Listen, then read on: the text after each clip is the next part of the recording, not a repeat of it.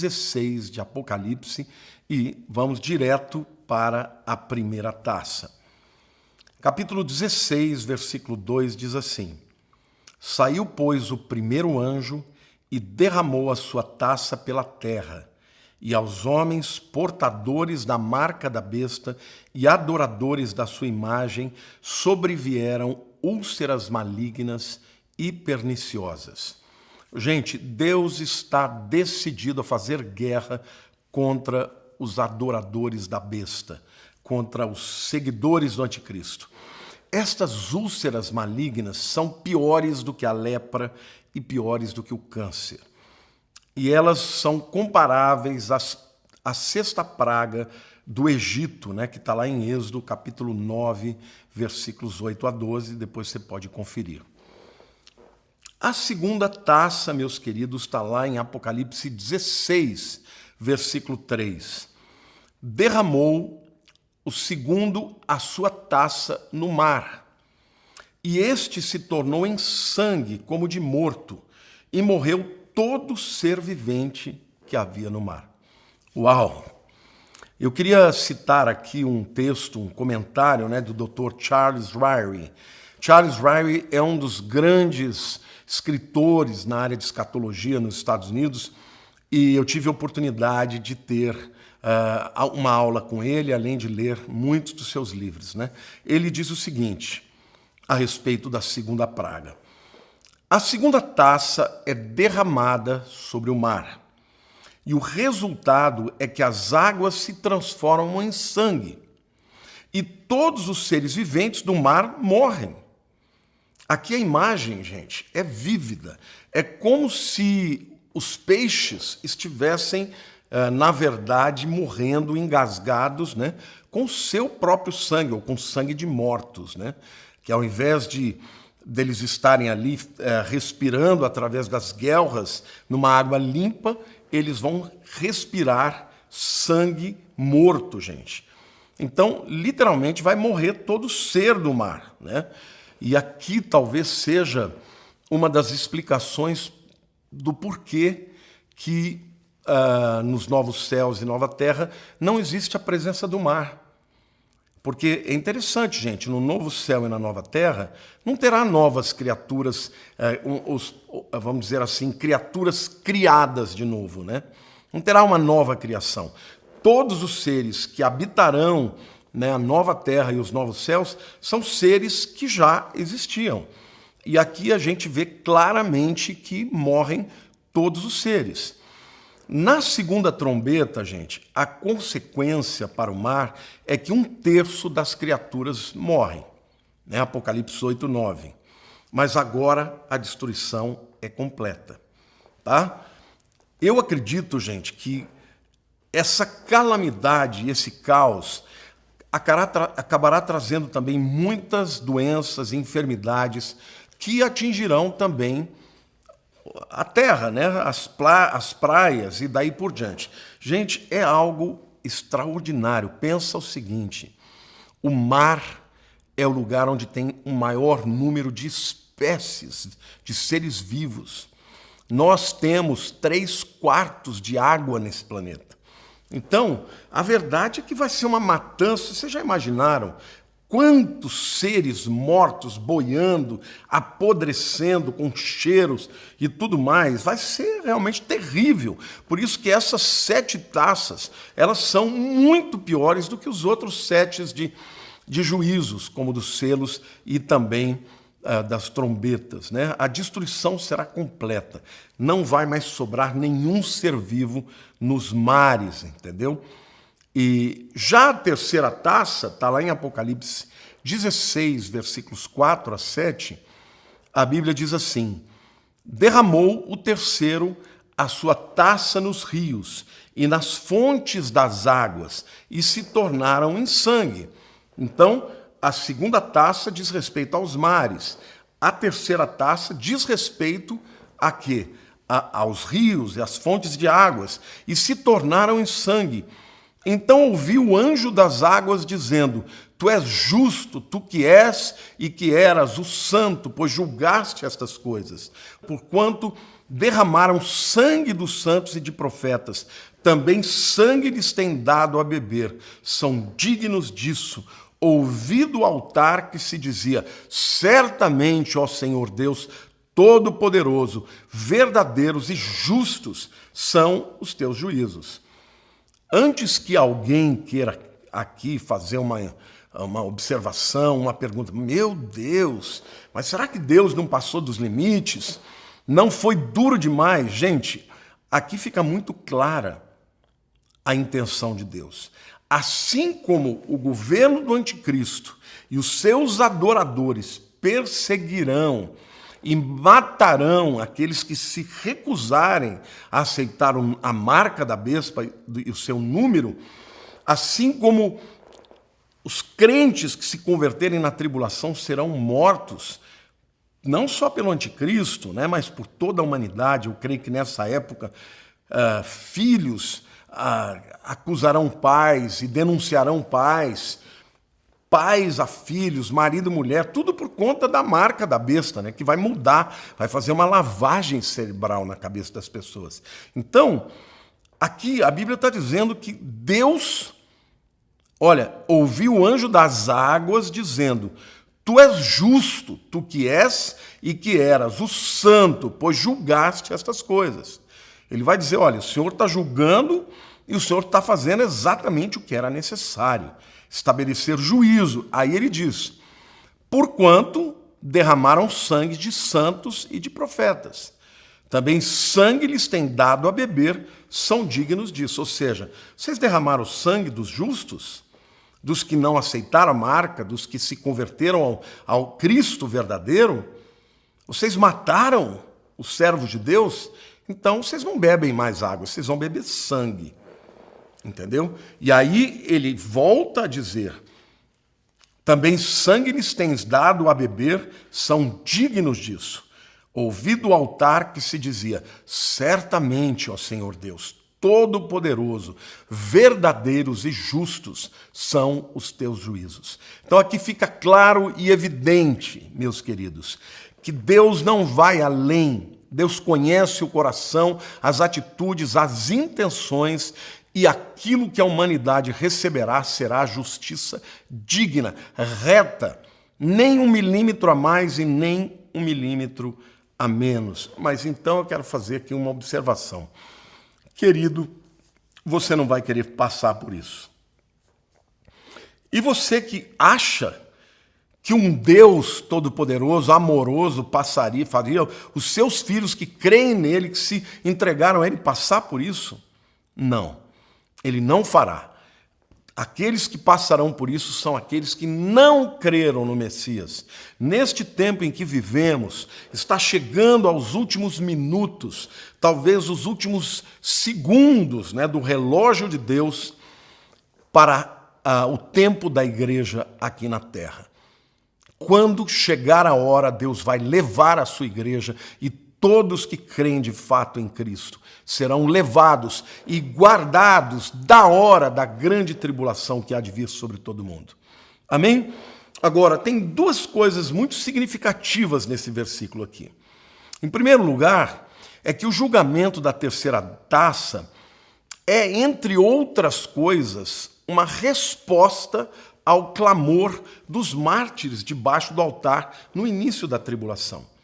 Quer dizer, por um lado é Deus estabelecendo o juízo justo, mas por outro lado é uma resposta à oração dos mártires. Lá no capítulo 6, versículo 10, diz assim: clamaram em grande voz, dizendo: até quando, ó soberano Senhor, santo e verdadeiro, até quando não julgas e nem vingas o nosso sangue dos que habitam sobre a terra? Então ali os primeiros mártires da grande tribulação, estão clamando a Deus e dizendo: até quando, Senhor, você não vai julgar, né? E não vai vingar o nosso sangue que foi derramado? Aqui o sangue dos mártires será vingado.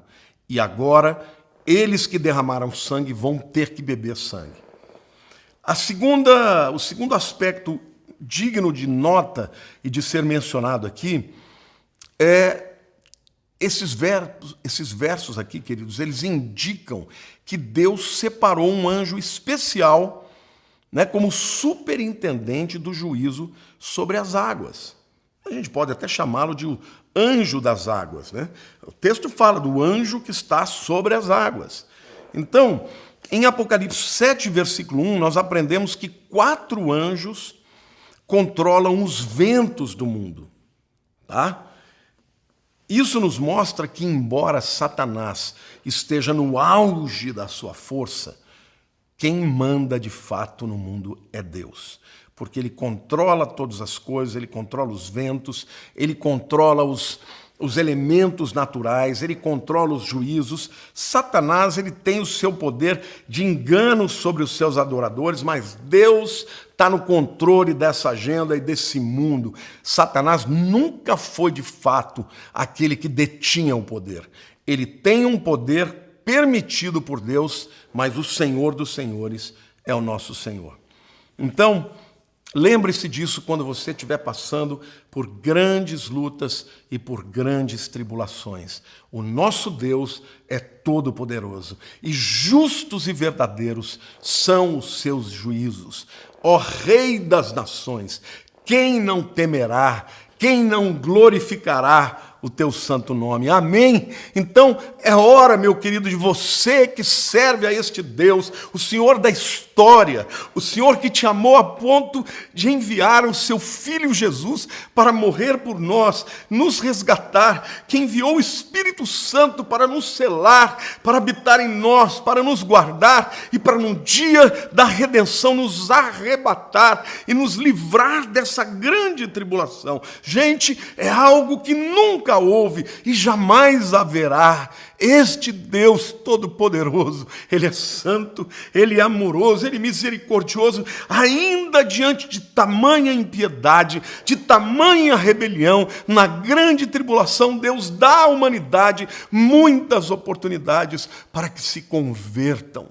E muitos se converterão, mas muitos rejeitarão a mensagem e se manterão na sua rebelião, mesmo com todas as consequências. A 4ª taça, meus queridos, está lá em Apocalipse 16, versos 8 e 9. Aqui, talvez, no livro de Apocalipse, é que nós tenhamos as 2 passagens mais claras em todas as Escrituras sobre a total depravação da humanidade. Tá? Tanto lá em Apocalipse 9, 20 a 21, quanto Apocalipse 16, 9. Os 2 textos falam da recusa dos ímpios de se arrependerem dos seus pecados e afrontas contra Deus, mesmo diante de todas as evidências. O capítulo 16, versículo 9, diz assim: o 4º anjo derramou a sua taça, a 4ª taça, sobre o sol, e foi-lhe dado queimar os homens com fogo.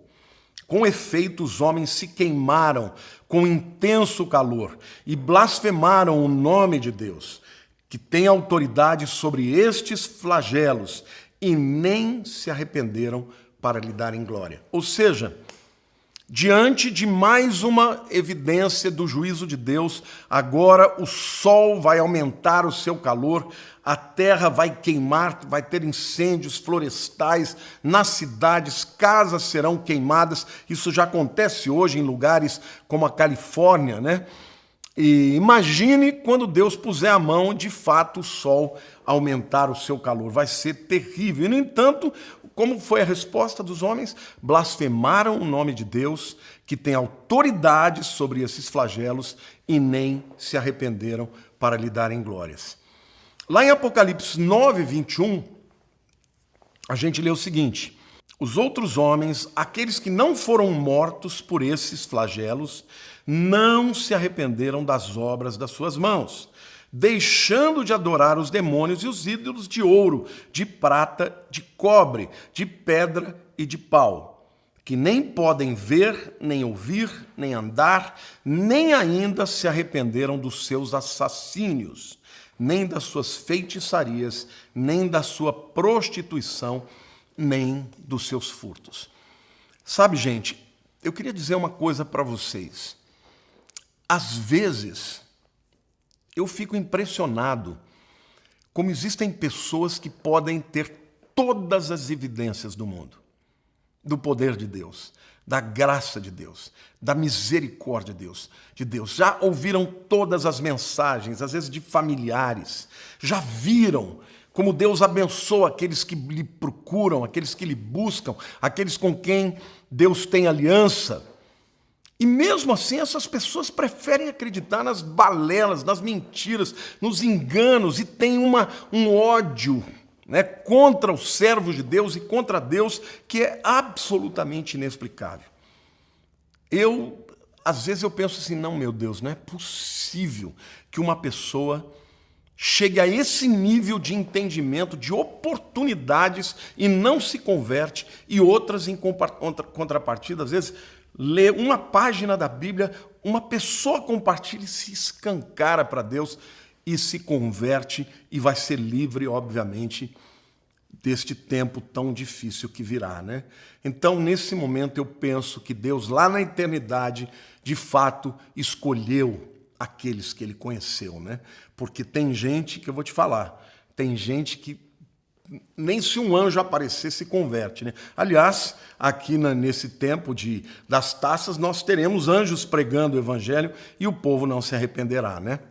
Bom, a quinta taça, meus queridos, está lá em Apocalipse 16, versos 10 a 11. E o texto diz: derramou o quinto a sua taça sobre o trono da besta, cujo reino se tornou em trevas, e os homens remordiam a língua por causa da dor que sentiam, e blasfemavam o Deus do céu por causa das angústias e das úlceras que sofriam, e não se arrependeram das suas obras. Uau! Então, a praga derramada sobre o trono da besta na quinta taça, aparentemente será concentrada somente sobre as 10 nações do antigo Império Romano, ou seja, das nações onde está o centro do poder do anticristo, tá?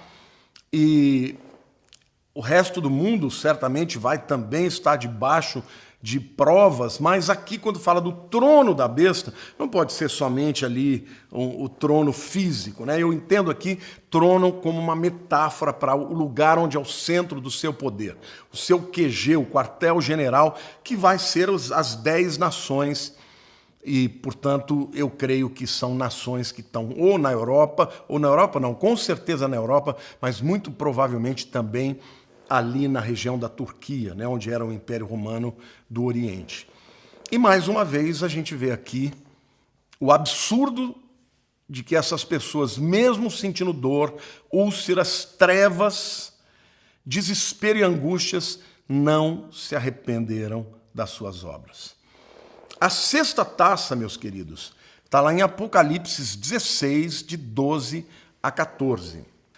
Derramou o sexto a sua taça sobre o grande rio Eufrates, cujas águas secaram, para que se preparasse o caminho dos reis que vêm do lado do nascimento do sol, ou seja, do Oriente, né? Do leste. Então vi sair da boca do dragão, da boca da besta e da boca do falso profeta 3 espíritos imundos, semelhante a rãs, porque eles são espíritos de demônios, operadores de sinais, e se dirigem aos reis do mundo inteiro, com o fim de ajuntá-los para a peleja do grande dia do Deus Todo-Poderoso. Bom, gente, aqui nós percebemos que o Deus do céu permite que esses demônios, esses 3 demônios poderosos, um sai da boca do dragão, outro do anticristo, outro do falso profeta, e eles vêm pelo rio Eufrates. Isso aqui pode ser uma metáfora, mas pode ser que já venham homens, né, possuídos por esses demônios, que vão convencer muitas nações do mundo para a grande peleja do Armagedon, tá? Então, a gente vê claramente que Deus está por detrás, é Deus que está atuando na mente dos inimigos para que eles realmente queiram se reunir contra Israel e contra os servos de Deus. Eles vão ser incitados para destruir a Israel na batalha do Armagedon. Agora que eu quero dar aqui alguns números para que vocês entendam a grandeza disso, gente. O rio Eufrates, ele tem aproximadamente 3.000 quilômetros de comprimento. Em alguns lugares, ele chega a ter 1.200 metros de largura, tá? E a profundidade média é de 10 metros. Esse rio caudaloso vai estar completamente seco. E por ele marcharão este exército enorme de 200 milhões de soldados. Eu acredito que será uma mescla dos muçulmanos com chineses e com os exércitos inimigos de Israel, que se juntarão, né, com toda a humanidade para destruir a Israel. Isto também tem um significado, irmãos, espiritual muito forte, porque o rio Eufrates, gente, ele é a fronteira da civilização ocidental e oriental. Desde o início da humanidade. A humanidade começou ali, na Mesopotâmia. A Mesopotâmia significa entre rios, e são dois rios, o Tigres e o Eufrates. Então ele serviu de fronteira entre o Ocidente e o Oriente desde o início da humanidade, mas também no Império Romano. Não se esqueçam, o Império Romano ele tinha a sede em Roma, o Império Romano Ocidental, e também dividindo para o Império Romano Oriental, tinha o rio Eufrates. Ali começava o Império Romano Oriental, cuja capital era Constantinopla, né? Na atual Istambul, na Turquia, capital da Turquia, tá? Então, outra coisa também interessante, o rio Eufrates ele se torna o lugar, o berço, tá, da civilização humana. Nasceu ali. O Jardim do Éden era por ali. Então, a civilização nasceu naquela região entre o Tigre e o Eufrates. Né? No livro de Gênesis, fala de 4 rios, né? O Tigres, o Eufrates, o Pijon e o Gihon, no hebraico, né? Esses dois, ninguém sabe quais rios são, mas o Tigre e o Eufrates existem até hoje. Então, eles serviram, né, de fronteira, né, de berço da civilização humana. Mas aqui a gente percebe que agora eles serão o túmulo da civilização humana. Né? Primeiro eles se tornam o berço, agora ele se torna o caminho para o túmulo, né, da civilização humana. Aqui no rio Eufrates, na região do rio Eufrates, também foi fundada a primeira cidade na história dos homens, a cidade pagã fundada por Caim, chamada de Enoque, em homenagem ao seu filho Enoque, que não tem nada a ver com Enoque, que foi arrebatado. Isso está lá em Gênesis 4, 16 e 17. Então, nessa região, a primeira cidade humana foi criada por Caim, cidade de Enoque. E aqui, provavelmente, será construída a última grande cidade rebelde, né, contra Deus, a chamada Babilônia do Anticristo, aquela Babilônia de Apocalipse 18. E aqui eu preciso dizer que muitos teólogos afirmam que esta cidade da Babilônia seria Roma, por conta das 7 colinas. Outros afirmam que seria Constantinopla, porque também tem 7 colinas. Mas há, dentre os teólogos, aqueles que acreditam que será construída uma nova cidade, que será o centro do governo do Anticristo, que será a Babilônia, esta nova Babilônia que vai cair em Apocalipse 18. E é interessante que a novela Apocalipse, que passou na Rede Record, ela seguiu esta linha, né? Esta narrativa de uma nova cidade, que seria a nova Babilônia, que vai ser destruída, a capital aí do governo do Anticristo. Eu realmente não posso afirmar com certeza qual das 3 opções. Tá? Eu até acredito que esta opção terceira, de ser uma nova cidade com uma tecnologia alta, né, planejada, seja muito provável, tá? Mas não dá para afirmar com categoria.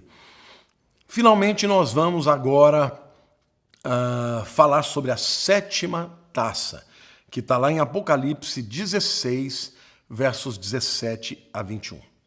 Então derramou o sétimo anjo a sua taça pelo ar, e saiu grande voz do santuário do lado do trono, dizendo: feito está.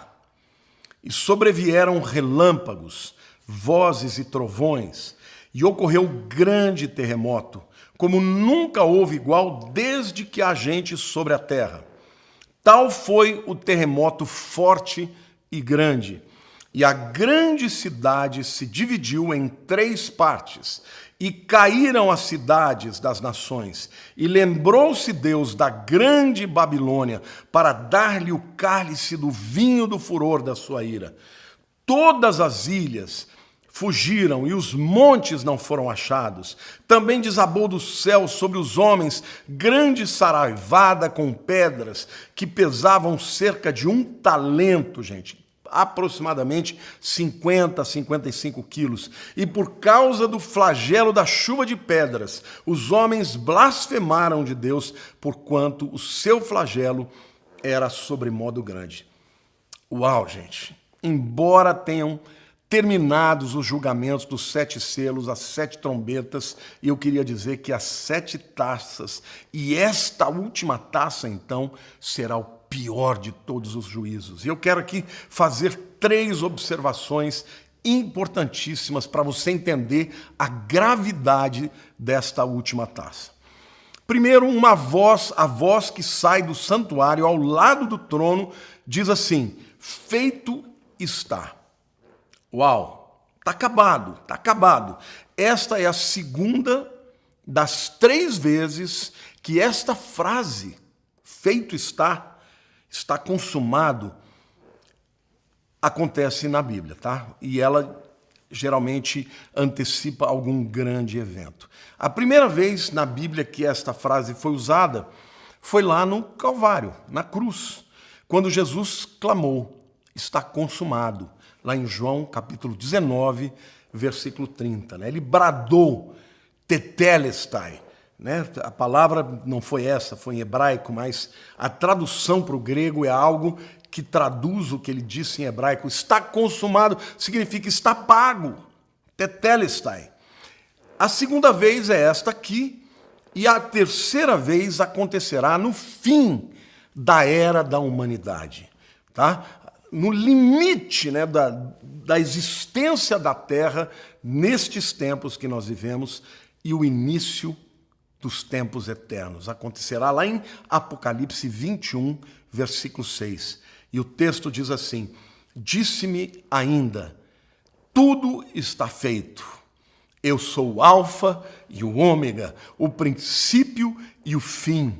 Eu, a quem tem sede, darei de graça da fonte da água da vida.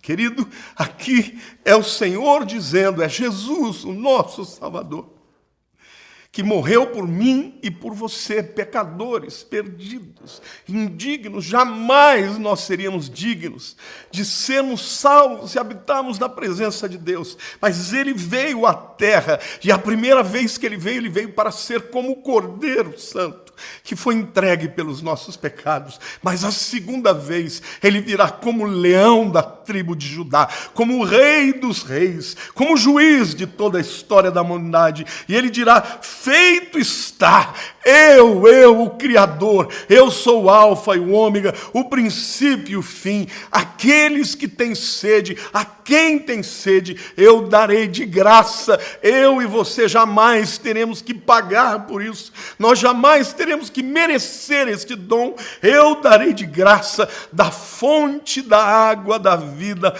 Aleluia! Ele, aquele que é o princípio de tudo, Ele é o fim de todas as coisas. Ele vai dar o fim. Queridos, Jesus é o início, é o fim, mas Ele é o meio também. Ele é o meio para Deus, Ele é o caminho para Deus. É Ele quem nos leva para Deus, é Ele quem preparou um futuro futuro de glória para todos aqueles que nele creem, de viverem para sempre ao seu lado. Por isso eu quero dizer para você, pregue a palavra, pregue o evangelho. Nós não podemos converter ninguém, mas o Espírito Santo usa da palavra para que ela leve a salvação e leve a conversão das pessoas. De graça, queridos, de graça, meus irmãos, pela graça sois salvos, mediante a fé, e isso não vem de vós, é dom de Deus, não de obras, para que ninguém se glorie. Aleluia, obrigado, Senhor, obrigado por esse privilégio. Eu creio, Senhor, eu creio que o Senhor está no controle, que o Senhor tem o cajado, tem a direção, de que nada acontecerá na história dos homens sem que o Senhor controle e dirija, porque o Senhor é Deus, o Senhor é Rei sobre as nossas vidas e até mesmo sobre os seus inimigos. Aleluia. A segunda coisa digna de nota aqui, gente, é que neste momento acontecerá o maior terremoto que já existiu. Eu acredito que ele não será somente um terremoto local. Eu acho que ele será um terremoto que destruirá muitas cidades e será no mundo inteiro. A verdade é que, até hoje, o maior terremoto de todos que aconteceram aconteceu lá na cidade de Valdívia, no Chile, no ano de 1960. Ele foi um terremoto de 9,5 na escala Richter. A escala Richter é uma escala que mede a intensidade dos terremotos e dos tremores. Mas a maior perda de vidas devido a um terremoto aconteceu no dia 23 de janeiro de 1556, em Shenzi, província da China, que matou 830 mil pessoas.